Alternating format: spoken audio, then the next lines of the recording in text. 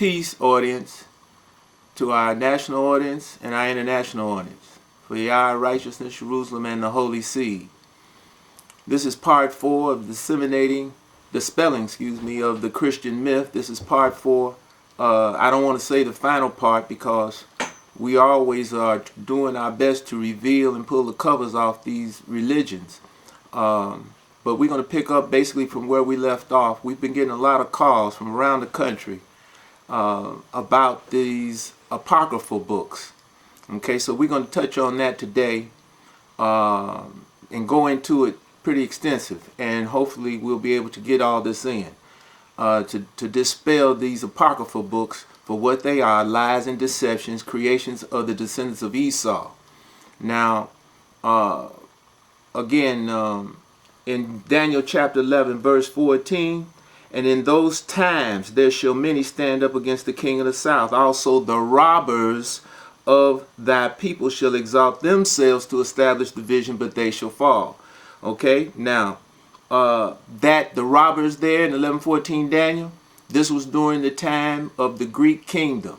Okay, and this is during and after the death of Alexander the Great and his murder by the descendants of Esau, some of them who were into becoming illuminated to the book, and they were aligned with Ptolemy, who was one of the generals of Alexander, who evidently was hating on Alexander. He wanted to be Alexander. And Esau, having the wisdom and understanding that Yah had given him, was able to see that. Remember, Esau, the descendants of Esau, they are the hunters. Okay, the hunter.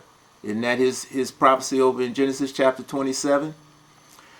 So now again, get your recording devices. I hope you got them going, because you're going to want to have to go back over this, because we're going to do our best to get all of this in. It's a lot today. All right?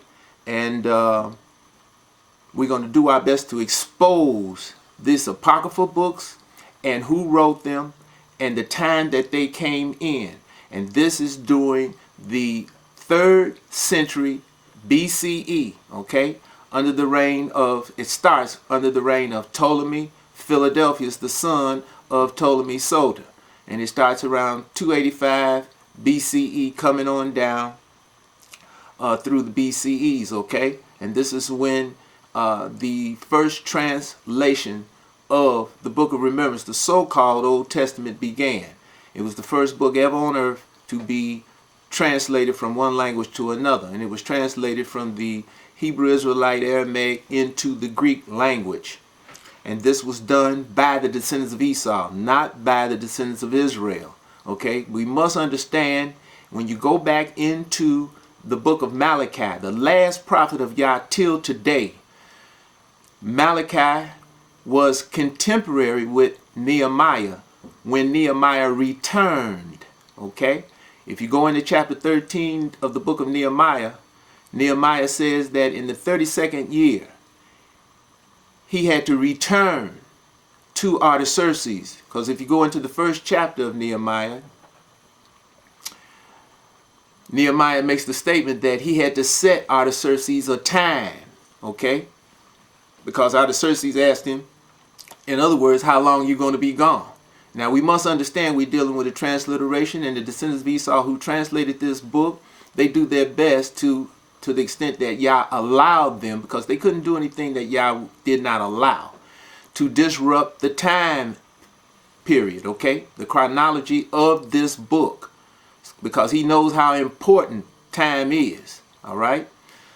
So again, in the 32nd year of Artaxerxes, and he came on the throne in 465 BCE, that'll make it 433 BCE when Nehemiah had to return to Artaxerxes. We don't know exactly how long he was in Persia, okay? But he came back. He got cut loose by Artaxerxes the last time before Artaxerxes died. We know he died in 422 BCE, so he was cut loose before that, okay?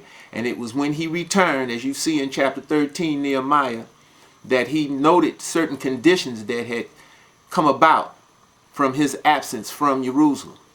And the descendants of Israel who were still in the land, okay, the remnants of that the descendants of that remnant that returned with Zerubbabel, Yahushua, that 42,360, as it tells you in Ezra chapter 2, verse 64, they had gone away from Yah, okay? Majority of them, okay? They had gone off into idolatry.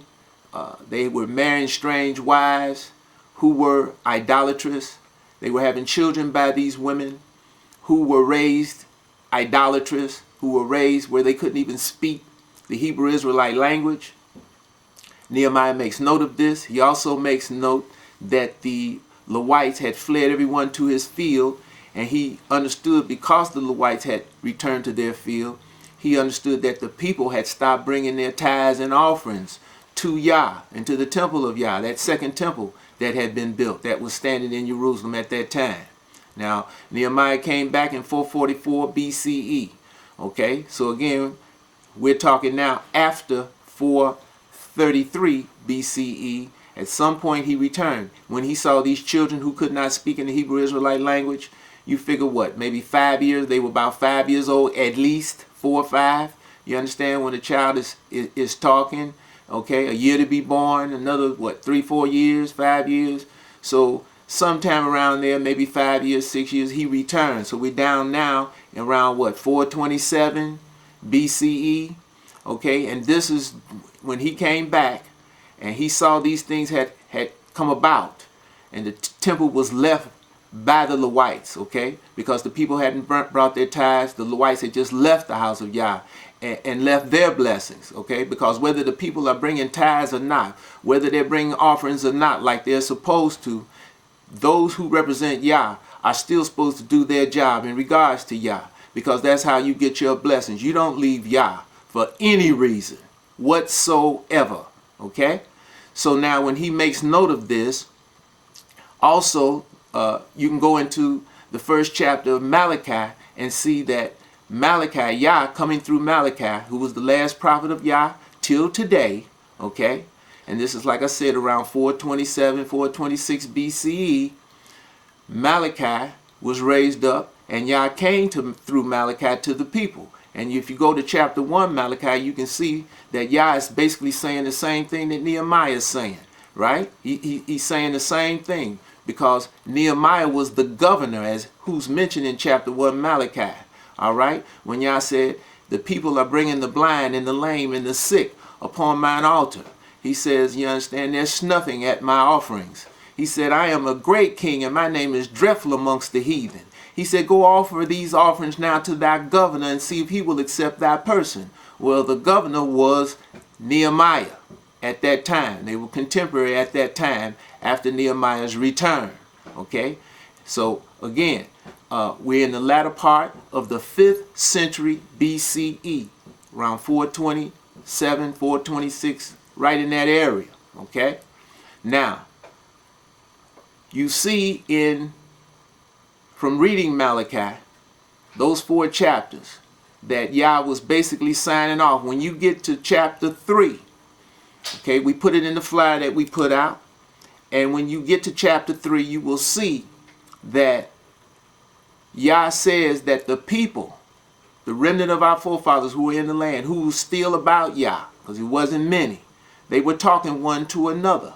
And they said to them, to one to another, what's going to happen? The light is going out, the light of Yah, okay?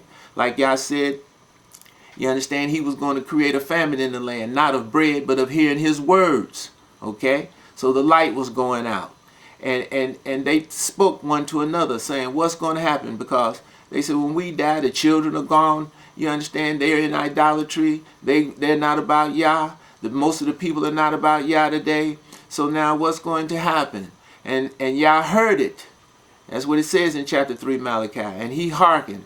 And he put the spirit in our forefathers who were still about him at the time to put together the prophetic books, okay, in a compilation. And it was called the Book of Remembrance. You will see that in Malachi chapter 3.